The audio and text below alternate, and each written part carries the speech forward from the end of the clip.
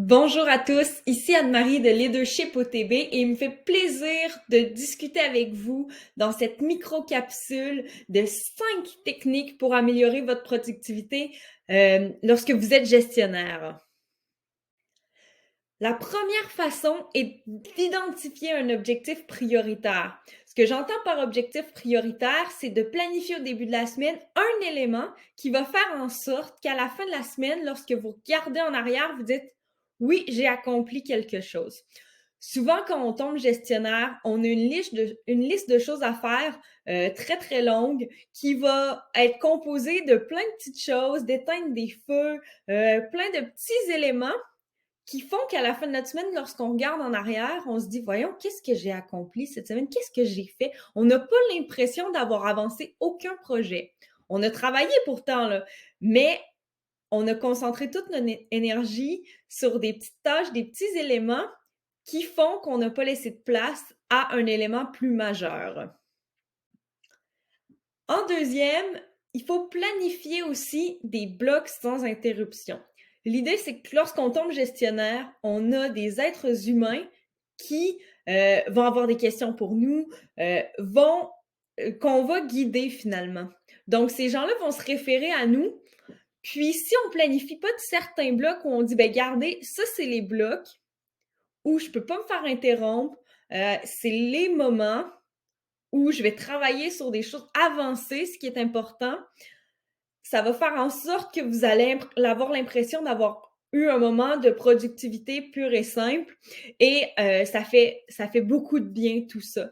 Donc, de le planifier, vous pouvez le bouger d'une semaine à l'autre, d'un jour à l'autre si vous avez des rencontres. L'idée, c'est simplement d'avoir vos moments où rien ni personne vous dérange. Vous devez prévoir du temps pour les êtres humains. L'idée, c'est que vous avez une équipe avec vous maintenant. C'est certain, surtout à vos débuts, que la communication aura pas été transmise sans aucune interférence. L'idée, c'est que vous allez leur partager le plus possible votre vision, ce que vous attendez d'eux, mais en cours de route, ils vont avoir des questions.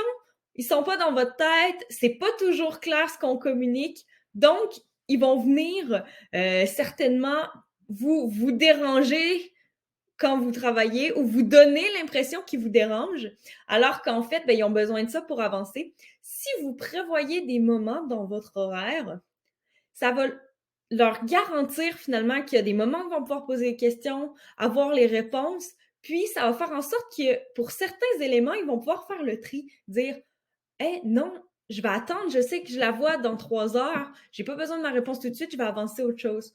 Donc, de prévoir ce temps-là est indispensable. Et en plus, faut pas négliger que des êtres humains, le temps qui va être nécessaire va être très variable. Donc, oui, plus vous allez connaître votre équipe, plus vous allez pouvoir le prévoir, mais souvent, quand vous planifiez votre semaine, ben, vous pouvez pas planifier qu'il va être arrivé tel élément qui va avoir mis certaines personnes dans tel état. Donc, vous devez de prévoir finalement un petit peu plus large, prévoir un bloc. Bon, ben, regardez, pendant cette heure-là, je sais pas qui je vais voir, pourquoi, mais c'est un bloc où mon équipe va pouvoir réserver le moment qu'il veut là-dedans. Puis à chaque semaine, vous allez voir, vous allez le remplir, ce bloc-là, parce que les êtres humains ont des besoins.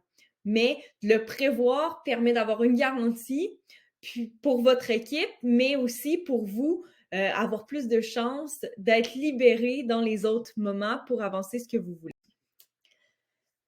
Vous devez regrouper les tâches de même nature. L'idée, c'est qu'on devient productif quand on fait les choses à répétition. Je dis pas de faire toujours exactement la même chose, mais si vous regroupez, bon ben parfait, je regarde mes courriels 2 fois dans la journée, à tel moment et à tel moment, ça va faire en sorte que vous allez être beaucoup plus productif dans la réponse de vos courriels parce que vous allez être focus que sur ça, puis que vous allez aussi permettre de libérer le temps ailleurs. Quand on change de tâche, on perd toujours un peu de temps dans la transition. Donc, de dire, bon, mais ça, c'est le moment où j'attaque telle tâche, je fais toutes les vérifications pour la comptabilité ou tout, peu importe ce que c'est, mais toutes les tâches de même nature au même moment dans votre semaine va vous libérer plus de temps à la fin. Et finalement, et souvent c'est celui qu'on peut négliger, prendre des pauses. C'est super important de régénérer le cerveau, de laisser de la place pour la créativité, pour la suite. Je donne un exemple. Vous avez un bloc consacré à votre équipe. Ben, d'avoir pris une petite pause avant vous permet d'être dans les meilleures dispositions possibles pour discuter avec eux, puis les rencontrer. Donc, c'est certain que prendre une pause vous permet de reprendre le niveau, la vitesse que vous aviez, au lieu de traîner de la fatigue tout au long de la journée, des tâches, par exemple, s'il y a une tâche qui vous a particulièrement éprouvé, service client, vous avez géré un client difficile, ben après cette tâche-là, c'est le moment de prendre une pause pour couper l'énergie que vous aviez dans cette tâche-là avec ce qui va suivre dans votre journée. C'est ce qui conclut notre micro-capsule. J'espère que ça vous a plu. N'hésitez pas à me mettre dans les commentaires le truc qui vous paraît le plus utile pour vous, que vous avez tenté ou que vous allez tenter.